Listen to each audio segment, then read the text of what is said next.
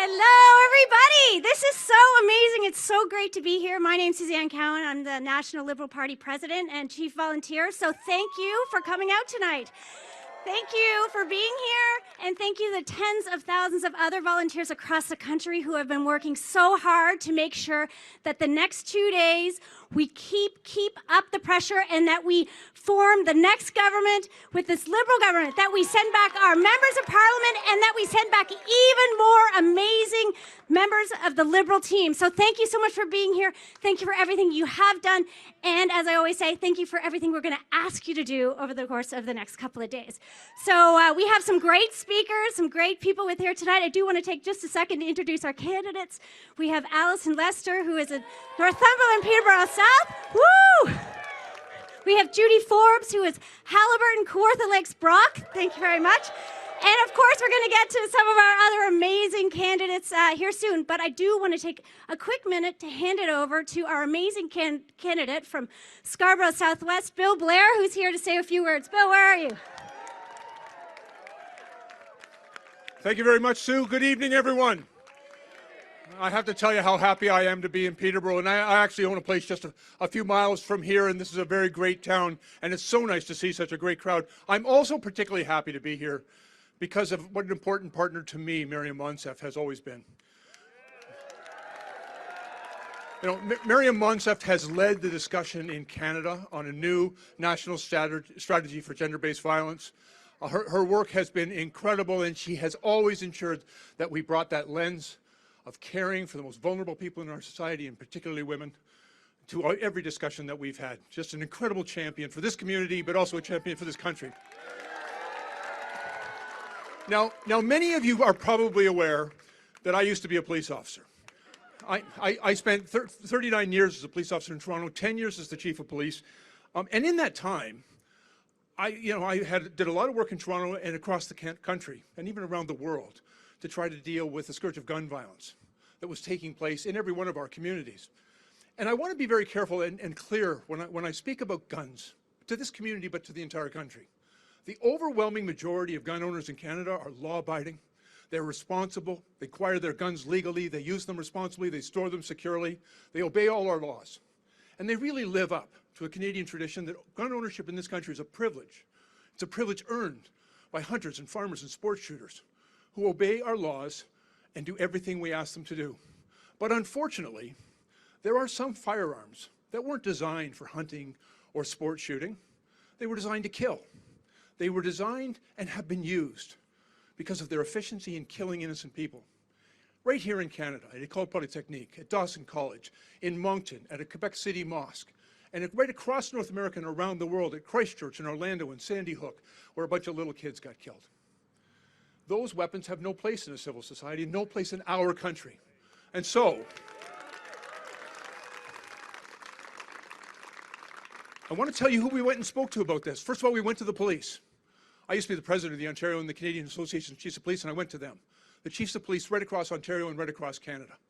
And we talked to them about those guns. And they urged us repeatedly, they'd urged governments for decades to ban those guns. We went and talked to doctors who serve people in trauma centers and emergency room departments, who've seen the carnage that these weapons designed to kill, have inflicted upon people right here in our country. And most importantly, we went and talked to the victims. We talked to the families who'd experienced gun violence at École Polytechnique, at Dawson College, in Nova Scotia. I've been to the funerals of police officers murdered with these weapons. And so, last May of 2020, we took the right action, the bold and strong action to prohibit over 1,500 of those guns in this country. Now, I've told you who we talked to. Let me tell you about who Mr. O'Toole's been talking to. He's been talking to the gun lobby. And when I talk about the gun lobby, just to be clear, he's talking about the people who profit in the billions from the manufacture and sale of these guns. And he has promised them that he'll overturn our ban. He's also promised them, even more sinisterly, that he'll weaken our gun control laws. He'll tear up the Firearms Act. I will tell you, as a former police officer who's dedicated his life to keeping people safe and has worked with police officers and police chiefs and communities right across this country to keep people safe, it's the wrong thing to do, and he knows it. And how do I know he knows it? Because when he was asked at the French language debates by the Prime Minister about his plan to tear up that ban, he lied about it. He lied about it because he knows it's the wrong thing to do. But of course, the next day, the gun lobby, to whom he's very beholden for his position, called him out on it. And so he flip-flopped. He dodged and dart. He was unclear because he's trying to have it both ways. But the reality is this man can't be trusted. And I will also tell you, this country needs strong leadership. The greatest danger of Mr. O'Toole is the weak leadership that he has demonstrated, not just on guns, but on a woman's right to choose, on childcare, on the climate, on getting this country out of this pandemic.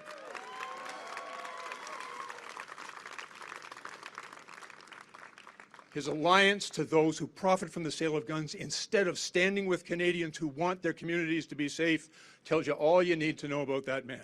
Listen, I don't want to take up too much of your time. There's some pretty important people that have come here to talk to you. But I want you all, in every riding, to go out and do the hard work. Knock on doors. Get those votes out. This is an important election. This is going to determine the future of this country, and it's going to determine the safety of our communities. Thank you all very much. Thank you. Thank you, Bill. Thank you so much for your leadership on this issue and so many other things. We are so lucky to have you on the team. It is my great privilege to speak about a woman who many of you, all of you know, is an amazing young woman. I first got the chance to meet her when she was elected in 2015. I actually sat with her sister and her mom when she was sworn into cabinet, and they were telling me about her heart and how she never strays from her values and her heart and will put her heart and soul into everything she does. And Miriam absolutely has done that every step of the way since she was first elected and then re-elected in 2019. And absolutely, we are going to get it across the line with Miriam in 2 days' time right here in Peterborough, Kawarthas, because we need to. She puts her heart and soul and her hard work into everything she does for women and for girls here in Canada and across the world. And we absolutely need that kind of positive energy everything we do. So we are so lucky to have Miriam. I am so privileged to have the opportunity to welcome your next and current and next member of Parliament for Peterborough Kawarthas, Miriam Monsef.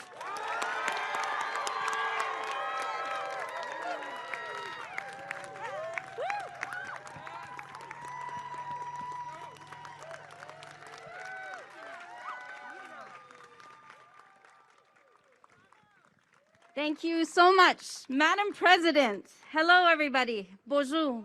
Anin. Salam alaikum. Welcome to the greatest place on earth, Peterborough, Kawartha, as we know it, the center of the universe.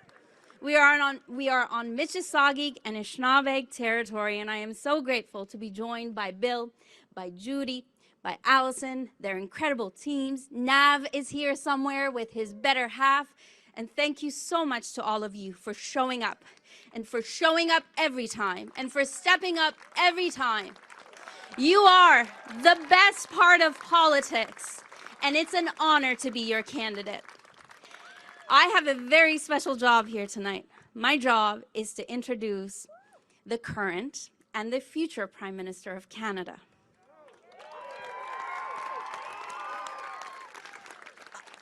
I have been proud to serve with him and our strong team in Ottawa. We helped lift people out of poverty. We took bold action on climate change. We are walking the important and courageous path to reconciliation. We are protecting women's rights. And in fact, women's rights and women's well-being and women's labor force participation is at the heart of our economic agenda, has been and will be.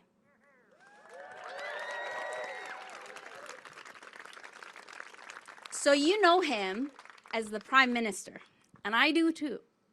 But I also know him as a kind, compassionate, and understanding Canadian. He's been there for us, especially these past 20 very difficult months. He had our backs. But I'm going to tell you a story that you may not know. When COVID hit, my team and I got on the phone and we asked all the women's organizations we could think of, what should we do? And they all said the same thing. Rates of gender-based violence were going to go up, so make sure that the last door that women and their children knock on is a door that is safe, that is welcoming. and caring professionals will be there to help piece back what's been broken. And when the Prime Minister heard this, he understood that not every home is a safe home, and immediately invested in 1,500 organizations across the country who were able to then support 1 million women and children during the pandemic in their hour of need. That is my Prime Minister. That is our Prime Minister.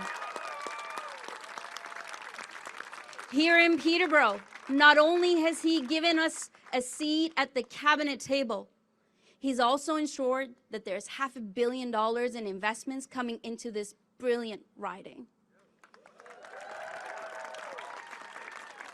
And he's been there for us when a hateful act of violence led to a firebomb at the local mosque at the masjid. He was here in solidarity with us. You want to know why?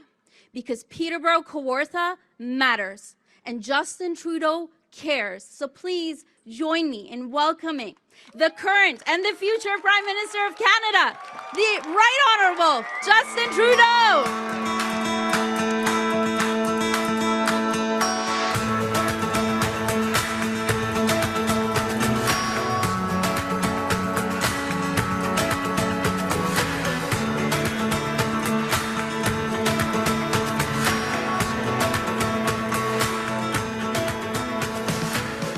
Hello, Peterborough! What a pleasure to be here on this beautiful evening, gathered with so many friends. I want to thank Bill for his strong words, for his leadership. I want to thank Allison and Judy for being here, for everyone for stepping up and fighting for a better future for all. And mostly, I want to invite and thank my friend Miriam for inviting me here today. It has been an extraordinary privilege these past 6 years to sit around the cabinet table with this woman. Miriam is someone who you all know well as deeply insightful, deeply intuitive, incredibly hardworking. You probably know a little bit of what we get to see of her wicked sense of humor. You definitely know how much she listens and how much of a fighter she is every step of the way for the values that she believes in, for the values that you all believe in, for the values that all of us as Canadians stand for. So thank you, Miriam, for everything you do.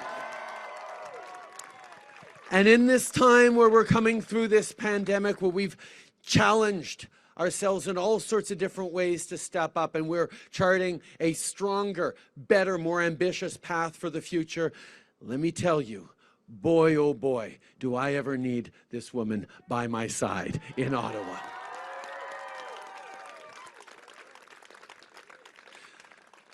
Because these past years have been filled with incredibly hard work, but these past months, these past 18 months, have been really exhausting for people, have been trying for all Canadians, filled with moments of grief, moments of sacrifice, moments of loss, moments of fear.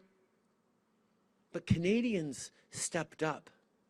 Canadians were there for each other, our frontline health workers, neighbors helping neighbors, grocery store workers, people reaching out to protect their loved ones, protect elders, protect our kids. The story of the past 18 months is the story of our country. And we knew as a government that we had to meet that ability to be there for each other with the same energy. The energy we'd brought for the past 6 years in raising taxes on the wealthiest 1% so we could lower them for the middle class, on delivering a Canada Child benefit that lifted 400,000 kids out of poverty.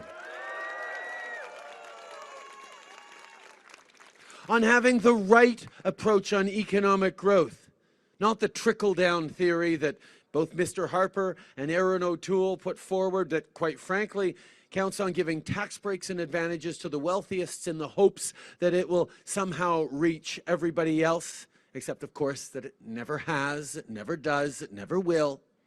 We instead knew we had to grow the economy for the middle class and people working hard to join it. And not only did we create 1 million jobs, but at the same time, we lifted 1 million Canadians out of poverty. That's what a compassionate, forward-thinking government does. So when this pandemic hit, and I found myself stepping out of my home every day to talk with Canadians about how we were moving forward, let me tell you, even as we were going through those difficult moments, I continued to be inspired by the stories I was hearing of resilience and strength, and I knew that we had to be there for you. So we developed the CERB. We developed the wage subsidy. We developed the rent subsidy, the small businesses account, support for farmers, support for seniors, support for families. And as Miriam just pointed out, even as I was telling people, stay home so you can stay safe, Miriam, and therefore all of us, were focused as well on those families, specifically those women, for whom staying home was one of the more dangerous things they could be doing in a time of crisis, where home isn't safe for everyone. So we invested massively in supporting those community shelters, those community leadership, those community organizations that were there for women and children fleeing domestic violence situations. Because that's the kind of leadership that Canadians expected as well, of being there for each other. And even as we were there for each other through this pandemic, as we invested in everything Canadians needed to get through it, the Conservatives kept saying we were spending too much. And the problem is, that's not just a cold-hearted and wrong-headed thing to do. It's fundamentally wrong for our economy to not understand that when you invest in supporting a family so they can hunker down and stay safe and not have to worry about rent or groceries while they don't have a job, or when you're there so that the small businesses can hold through a shutdown without having to disappear, without having to start from zero again. That's not just the smart thing to do. That's not just the kind thing to do or the right thing to do. It's the smart thing to do, because that is what is allowing our economy to come roaring back faster than just about anywhere else in the world. Because we made that choice, and it wasn't, I can't take the full credit, because the international financial institutions like the IMF and the World Bank were telling people in the beginning of this pandemic, this is what you have to do. If you have the fiscal room for it, if you can, invest in supports for Canadians, invest in supports for workers, for businesses, because that will ensure a quicker bounce back for our economy. And we have now recovered 95% of the jobs we lost during this pandemic,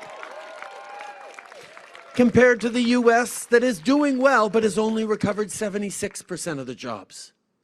The choice we made to have Canadians back was the right choice for people. It was the right choice for the economy. And now we're on the edge of a new day dawning. We're at a crossroads where we see that we're going to be able to get back to the things we love if and only if we take care of one thing. We have to finish this pandemic for good. And the only way to do that is through vaccinations. And we have long known that. That's why, as a cabinet, as a government, we worked so hard to secure contracts for vaccinations that has actually seen not only us receive enough vaccines for everyone months ahead of schedule, because they're there. If you have friends or know people who haven't yet been vaccinated, tell them there are 2 doses waiting for you. You're there, they're there, they're waiting for you to get vaccinated so we can all get back to normal. And that is what we did faster, and Canadians stepped up, and we now have among the highest rates of double vaccination in the world. Close to 80% of eligible Canadians have now done their part, and that is why we are able to really look with deep optimism at what we're going to be able to do in the coming months, getting back to normal.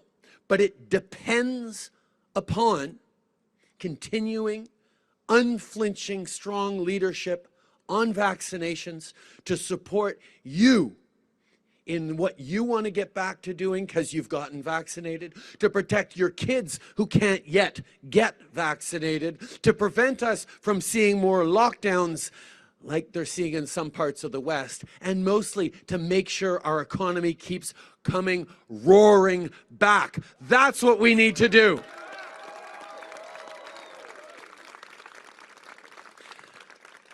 So Mr. O'Toole got it wrong on the economy when he said, no, you shouldn't help out Canadians as much as you are.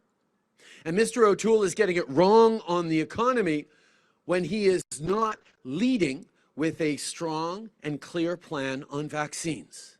And that is unforgivable, because he is not even doing the basic leadership skill of making sure the people who picked him as leader actually follow him, because he's not even demanding that his own candidates be vaccinated.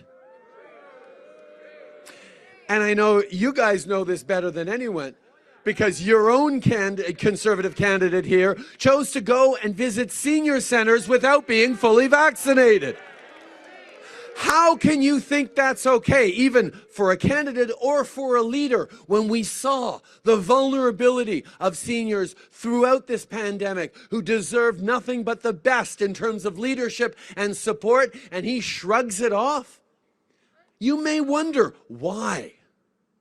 Why is he more interested in standing up for the rights and freedoms of anti-vaxxers than he's interested in standing up for your rights and freedoms to get back to the things you want to do because you did the right thing for your neighbors? Why is he doing that? It's because he is beholden to special interest groups. He is beholden to the anti-vaxxers in his party. When we challenge him, when the media challenge him on why he's not demanding that his candidates be vaccinated, first of all, he has no answer. And what he typically says is, well, actually, we recorded and publicly got our vaccinations, my wife and I, so we can share that with the country. Except, so he understands the importance of leadership and of leading by example. Except why would he tell, as we now know, his candidates, including his candidates who are vaccinated, to not disclose that they are vaccinated?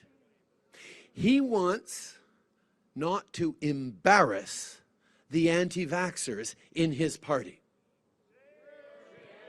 It makes no sense. And for a country that is sick and tired of this pandemic, who has done all the right things over the past year and a half, we need leadership that is going to finish this fight against COVID. So that's what we're going to do.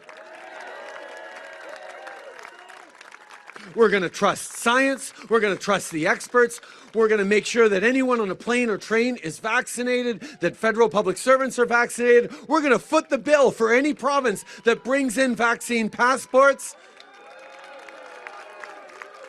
Because listening to science and protecting and standing up for our healthcare workers, our doctors and nurses, is the right thing to do for all of us.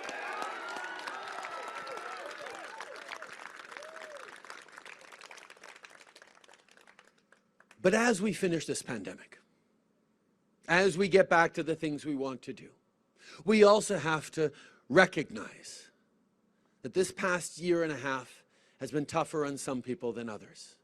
And it has shown gaps and weaknesses in the fabric of Canada that we need to support, that we need to fill. We need to be there and recognize that this pandemic has been harder on women than for just about anyone else, alongside racialized communities. And a big piece of moving forward to build back better needs to involve demonstrating we hear families, we hear women who need better opportunities, and that happens with $10 a day childcare spaces right across the country. Because we know it's good for kids who get that fair start. It's good for families who get to have choices and actually get to save. I think it's $6,000 a year on average here in Peterborough, which is not nothing. But it also makes sure that we can have the best possible economic recovery, because women can get back into the workforce as they want to, as strongly as we need them to. And that's actually why, after years of the Liberal Party fighting for this and signing deals with the provinces to support them in their childcare goals, we finally said, we're doing it big, because even the business community, even small businesses across the country and large businesses, through the experience of staying at home in a pandemic and kids, not going to school, realized, wow, childcare is really important. Yes, it is, and that's why we're finally doing it. And again, without extraordinary leaders like Miriam around the cabinet table, or Chrystia Freeland, the first mom who's also a finance minister in the history of this country, it wouldn't have happened. And that's yet another example of Mr. O'Toole not understanding the economy. How can you say you want to grow Canada's economy, and yet, no, you're indifferent to women, to half the population being able to fully be part of the workforce, have those opportunities and those choices? No. That's a policy for 1951, not for 2021. Maybe that's what he means by bringing Canada back. On so many issues, he is not only not putting forward the right policies to move Canada forward, but he's actually fudging and hedging and trying to be all things to all people, when at the same time we know, just like he's in the pockets of the anti-vaxxers, because he's got a big tent party and he has to make room for them in his party for some reason, because he needs to make sure he's supporting the anti-choice votes in his party. A leader is supposed to lead, and he said a few times he's pro-choice as a leader. Well, he's not. He might be pro-choice, but he's not pro-choice leader, because a pro-choice leader wouldn't let 80 of his own MPs vote against a woman's right to choose in the last parliament. My friend Bill here talked about the fudging on guns, the weak leadership in the pocket of the gun lobby that, for inexplicable reasons, he wants to re-legalize military-style assault weapons in the country. That makes no sense. And we talked about trickle-down on the housing crisis we're facing right now. His best plan is to give $500 million worth of tax breaks to wealthy landlords to help them sell their buildings. How does that help families buy their first home? How does that support people struggling to pay rent? We have a strong and clear national plan that is going to help on housing by creating more supply, by supporting young families to the tune of tens of thousands of dollars, and by standing up for homeowners' rights with our Homeowners' Bill of Rights. Those are real things that make a difference, to the tune of $4 billion to municipalities to deliver. So on a range of things, Mr. O'Toole is getting it wrong, but perhaps the biggest one he's getting wrong is that you cannot have a plan for the future of the economy and for jobs if you don't have a serious plan to fight climate change. Monsieur O'Toole propose de nous ramener en arrière à l'ère de Stephen Harper, où il y a des cibles extrêmement non ambitieuses qu'on a déjà dépassées en tant que pays, et ne comprend pas à quel point les investissements des énergies renouvelables, des nouveaux emplois, des nouvelles carrières et du leadership pour protéger nos terres et nos océans est essentiel, pas juste pour le bien-être des Canadiens, mais pour l'économie dont dépendent les Canadiens. Mr. O'Toole wants to bring us back to Stephen Harper's targets and approach on fighting climate change. It's inexplicable because over the past 6 years, we have worked really hard to put forward a price on pollution right across the country, including successfully fighting the Conservative provinces at the Supreme Court to make sure that it sticks, and we won. We went from 1% of our coasts and oceans protected under Stephen Harper to 14% in just 5 or 6 years. We're on our way to 25%, on our way to 30%. These are the things that matter. We're banning single-use plastics, but of course there's so much more to do. But right now, as we stand, we are on our way to hitting and surpassing our Paris commitment targets. And with the plan we're putting forward, with an absolute cap on oil and gas sector emissions that will decline to net zero, along with investments in zero-emission vehicles and a net zero electricity grid, we are on our way. Canadians do not want to go backward on the environment. It's not even that he lacks ambition and doesn't want to move forward fast enough. He actually wants to bring us back.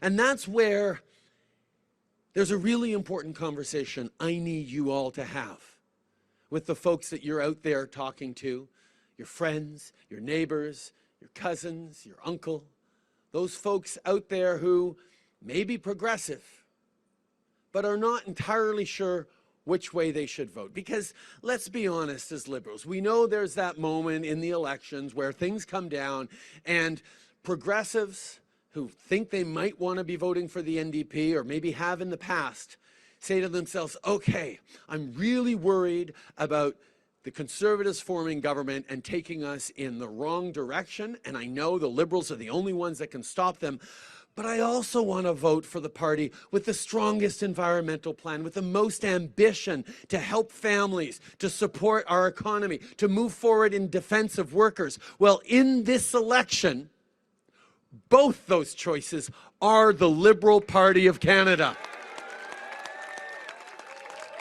We worked incredibly hard with top scientists and experts, and they all agree, whether it's on the issue of climate change, where we have the former Green Party leader of British Columbia, Andrew Weaver, who's also a top climate policy expert, come out and say, we have the best plan by far and endorse us. Whether it's Mark Jacquard, one of the top climate economists in the country, who's given our plan an 8 out of 10, because better is always possible, but the NDP a 2 out of 10.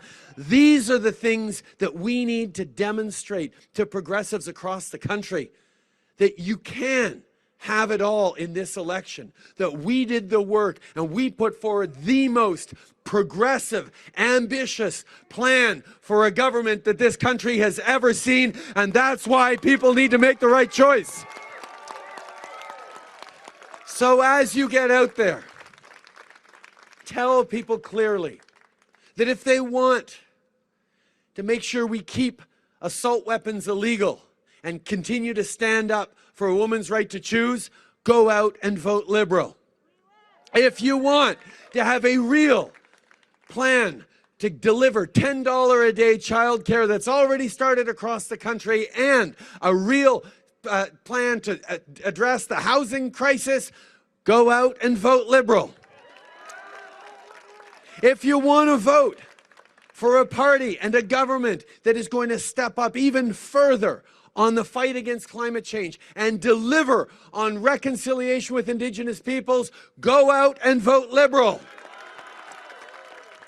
And if you want to end this pandemic for good and get back to the things we love, go out and vote Liberal. Alors, mes amis, dans les 24 heures, 36 heures qui viennent, je compte sur vous tous d'aller cogner des portes, de faire des appels, d'encourager vos amis, vos cousins, vos voisins, de faire le bon choix pour notre pays. In the coming day and a half, 2 days, I need you to roll up your sleeves and get out there.